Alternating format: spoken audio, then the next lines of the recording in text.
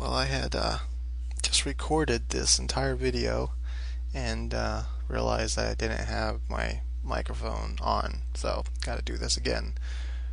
This is Neil from iPaintGirls.com, and we're going to be doing perspective, and we're going to be doing, something called like the cutting away technique and adding on technique, sculpting, or whatever you want to call it.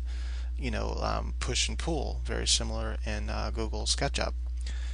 With this technique, you can really design anything from cars to spaceships in perfect perspective in 2D or two-point perspective. So it's kind of complicated, so if you get confused along the way, don't worry about it. It is kind of confusing. You might have to watch the video a few times.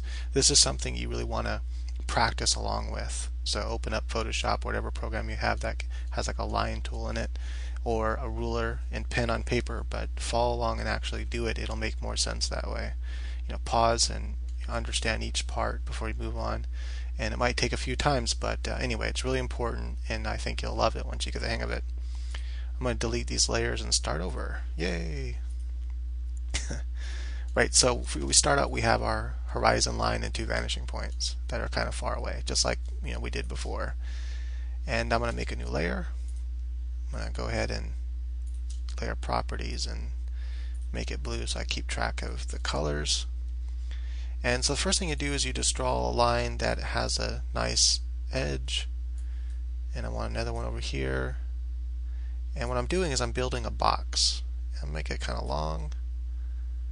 This is the ground plane for the box. So this is a little different way of doing a box. Rather than starting with a line like we did before, you can do like this and have your box in here. And then you can do a line and build up. So now I can decide about like that. Come to here. You can do it however you want. The point is that at the end you need a box. So we knew how to do a box from the first videos on two-point perspective. And so it's pretty easy. Make sure I come to that line there. And come to that line there. Now I don't have to go all the way back to perspective because I know that that line would go back to perspective if I were to, well actually, wait a minute, make sure, pretty sure that's right. Yeah, okay. Cool. Go ahead and get rid of that. Right, so now we have our box. And the next thing I'm going to do is find the center point for the ground plane by putting an X from corner to corner. Be as precise as you can with this part because this could make a difference how your object looks in the end. Then from each vanishing point, draw a line that intersects with the center of that X there, like so. Right, so now we have the center point of our box, which will be important. So hopefully all those lines aren't too confusing. Right, so now we need to cut away our box. I'm going to use red for this. Make a new layer, layer properties, set it to red. And I'm going to show you the end result of in SketchUp. This is what we're going for, some shape like this, something simple to get the idea across. And it's really not too difficult. You're going to see to get this. And actually, Google SketchUp uses similar techniques in order to get the shape. That is cutting away. That's how I did it. And so Google SketchUp is actually designed to work like that, to use these perspective techniques. Right, so I know this is the center, right? So I'm going to have my point be in the center. I don't want to draw it here. That'd be easiest. I want to draw it somewhere here. Now it's really easy to find that point to mirror on the other side. So what I do is first I draw a line on this side. Let's say like so. Now I need to mirror that, so I'm going to take my blue line again by drawing a line back to the vanishing point. Now where that line intersects this other side of the box, that's the mirror point. So that point and that point are the same on this box. And then you take the red line now, all we have to do is connect the dots. Connect from there to there. Now I've mirrored this line on that side. Notice it looks different because we're in perspective, but that's a mirrored line. Now what we can do is we can take these lines and bring them up to the top of the box. So that's how we're going to mirror the lines to the top now. So now I have those 3 points are now mirrored to the top of the box. Now all I have to do is connect the dots again. And voila. Now what I can do is draw in this shape with black.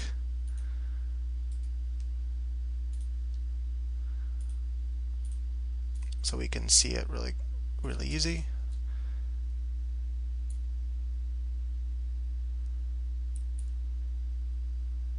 So this is the top shape here.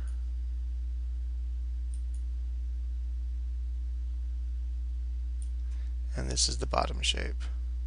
And I don't need to do everything because there's going to be some parts that are invisible because they're behind us or behind the object.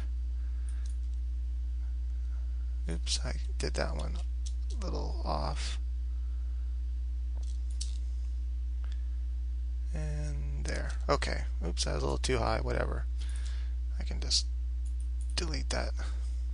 So if I turn these layers off, you can see that's our shape. So we're moving along, right? So we're getting there. So that right there is really the basic concept of cutting. You might want to go through it a few times, practice it on paper or on whatever program you have that has a line tool. Practice that a few times until you understand that concept. The next concept we're going to get into is pretty much the same thing, and it's adding shapes on to an object that's already there, but it's a little more complicated. But let's go ahead and do it real quick. So I'm going to turn these layers back on, and I'm going to use the red layer, and I'm going to first draw a line from this, starting from the center, and I'm going to go to this line over here, like that.